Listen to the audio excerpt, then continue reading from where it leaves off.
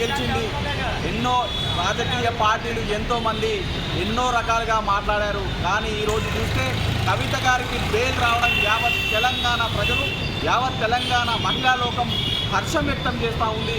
ఈ ముందు మనం చూసినాం, కాంగ్రెస్ వాళ్ళు కానీ బీజేపీ వాళ్ళు కానీ ఎన్నో మాటలు అన్నారు. కాంగ్రెస్ వాళ్ళు బీజేపీలో విలీనమన్నారు, బీజేపీ వాళ్ళు కాంగ్రెస్లో విలీనమన్నారు. ఎన్నో విషపూరిత మాటలు ప్రచారం. పార్టీ ఏదైతే 10 ఏళ్ళు కేసీఆర్ గారు తెలంగాణ రాష్ట్ర ప్రజల బాగు కోసం, తెలంగాణ రైతన్నల కోసం నేను ఎంతో కృషి చేశారు. అలాంటి తెలంగాణ ఆ రోజు తెలంగాణ ఆంధ్ర పాలకుల చేతిలో నలిగిపోతూ ఉంటే తెలంగాణ కొట్లాడి తీసుకొచ్చిన తెలంగాణలో ఎన్నో పథకాల ద్వారా ఎన్నో విధాలుగా మన తెలంగాణ రాష్ట్రాన్ని ముందుకు తీసుకురావడం జరిగింది.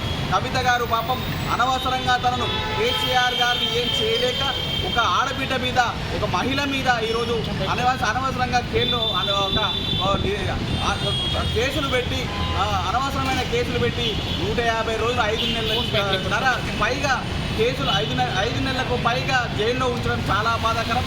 కానీ కవిత గారు అదే గుండె నిబ్బరంతో నేను ఎలాంటి తప్పు చేయలేదు, ఖచ్చితంగా మళ్ళీ తెలంగాణకు తిరిగి వస్తా, కడిగిన ముత్యంలా తిరిగి వస్తా అని కవిత గారు ఏదైతే అన్నారో అదేవిధంగా కడిగిన ముత్యంలా ఈరోజు కవిత గారు బయటికి వస్తున్నారు. యావత్ తెలంగాణ వర్షం వ్యక్తం చేస్తున్న సందర్భాన్ని చూస్తున్నాం. ఈరోజు తెలంగాణ అంతా కూడా ఆనందపడుతూ ఉన్నారు. కేసీఆర్ గారు గెలిచారు, కేసీఆర్ గారు ఎక్కడ లొంగలేదు.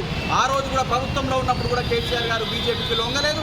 ఈ రోజు కూడా కవిత గారు జైల్లో ఉన్నంత మాత్రాన మీరేం చేయలేరు. ఎందుకంటే కేసీఆర్ గారు నిష్పక్షపాతంగా తెలంగాణ ప్రజలకు అండగా ఉండి తెలంగాణ ప్రజలందరికీ కూడా బాగోగులు చూసిన ఒక గొప్ప వ్యక్తి. కవిత గారు కూడా మరి గుళ్ళు గోపురాలు మరి ఒక బతుకమ్మను కనుమరుగైపోతున్న తెలంగాణ సంస్కృతి సాంప్రదాయాలను కాపాడే విధంగా ఈరోజు కవిత గారు కూడా మరి బతుకమ్మను విశ్వపీఠం మీద పెట్టిన ఒక గొప్ప మహిళా నాయకురాలు కవిత గారు. తెలంగాణ ఉద్యమంలో కూడా మా తండ్రి ఒక మినిస్టర్ అనో, మా తండ్రి తెలంగాణ ఉద్యమ కీలక గమ్మునుండలేదు, మేము సైతం అంటూ తెలంగాణ ఉద్యమంలో కవిత గారు కూడా తన ఉద్యమ స్ఫూర్తిని చూపించి కొట్లాడి ఈరోజు కవిత గారు కూడా తన మార్పును తను క్రియేట్ చేసుకోవడం జరిగింది.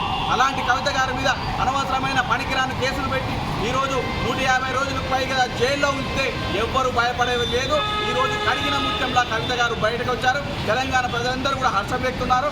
ఈరోజు ఇక్కడ ఎల్బీ నగర్ చౌరస్తా వద్ద కూడా మేమందరం కూడా ఇవన్నీ స్వీట్లు పంపిణీ చేసే కార్యక్రమం కూడా చేపట్టామని తెలియజేస్తూ ఉన్నాం.